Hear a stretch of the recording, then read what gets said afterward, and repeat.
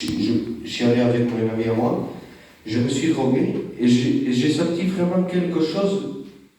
Quand j'ai pris ça, quand j'étais bien, après j'ai rentré chez moi et j'ai senti vraiment quelque chose, j'étais angoissé.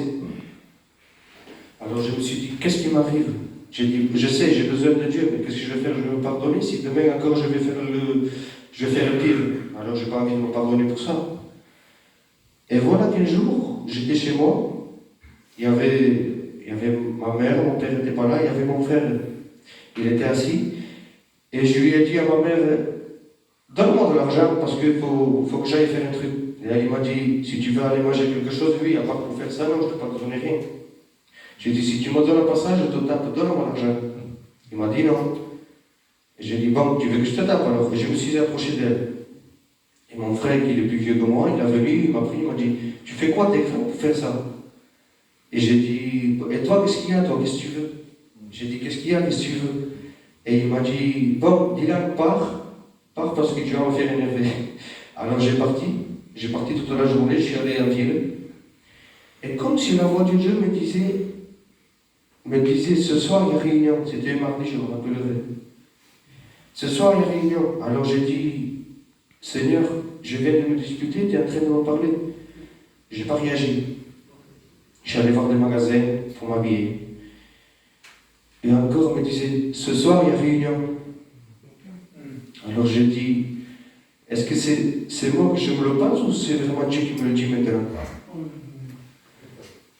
Et j'ai continué à aller voir des magasins. Et il y a encore une voix qui me disait, ce soir, il y a réunion. Alors j'ai dit, Seigneur, d'accord, ce soir, je vais aller à la réunion.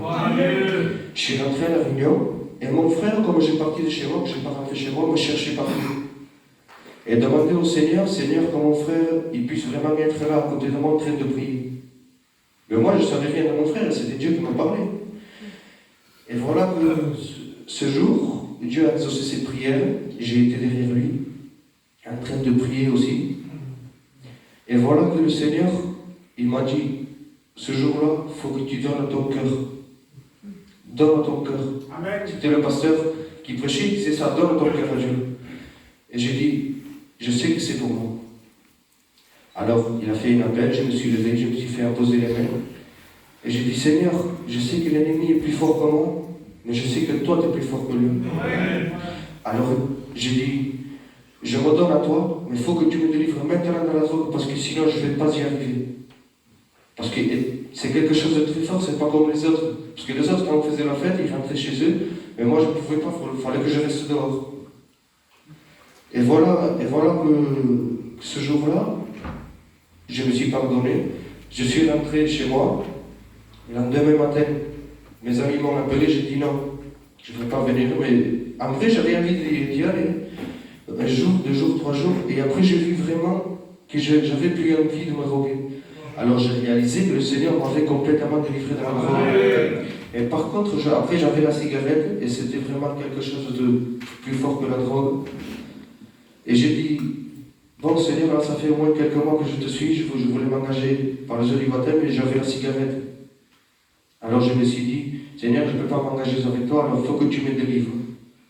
Et dimanche matin, c'était un culte, je me suis levé, je suis allé. Et je suis allé voir mon pasteur Didier, je crois que Ismaël le connaît bien. Et je suis allé comme, je voulais faire un acte de foi. Il m'a dit, bon, est-ce que déjà tu as la foi? J'ai dit, oui, je sais que Jésus peut me le faire.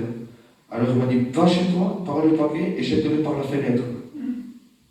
J'ai dit, d'accord, je suis allé chez moi, j'ai fait le contraire, j'ai fumé une cigarette.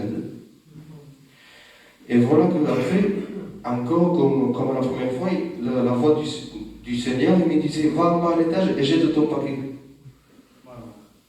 Et là j'ai obéi complètement. J'ai dit, d'accord Seigneur. Je suis allé en bas, j'ai dit, Seigneur, ouvre tes mains, je prends le paquet, je le donne avec toi. Parce que moi, je ne peux pas le toucher, j'aime plus ça que toi. J'ai dit, c'est la vérité, j'aime plus la cigarette que Dieu. Parce qu'à Dieu, je ne le connaissais pas. J'ai dit la vérité. Et voilà que, après, je lui ai donné le paquet de cigarettes entre ses mains. Et j'ai trouvé la fenêtre, je suis monté en haut. J'étais avec l'ami et moi en train de prier. Je dis, Seigneur, je combats pour toi. Je combats et aide-moi. Le lendemain, quand je me suis levé au matin, la première chose, c'était fumer une cigarette. Pour moi, là, le lendemain, j'ai ouvert ma Bible. J'ai dit, Seigneur, tu m'as délivré. même que je sens l'odeur de la cigarette, je sais parce que c'est le diable. Mais je sais que toi, tu m'as délivré. Alors je vous assure que vraiment, le Seigneur m'a délivré aussi de la cigarette. Il m'a vraiment complètement... J'ai vu comme si la main de Dieu m'avait pris le paquet de cigarettes et me l'avait jeté. C'était lui-même. Et j'ai vu complètement que je suis délivré. Si je peux vous donner un conseil, Jésus a fait quelque chose dans ma vie de très grand. Et ce qu'il a fait pour moi, il peut le faire pour vous. Béni soit Dieu. Amen.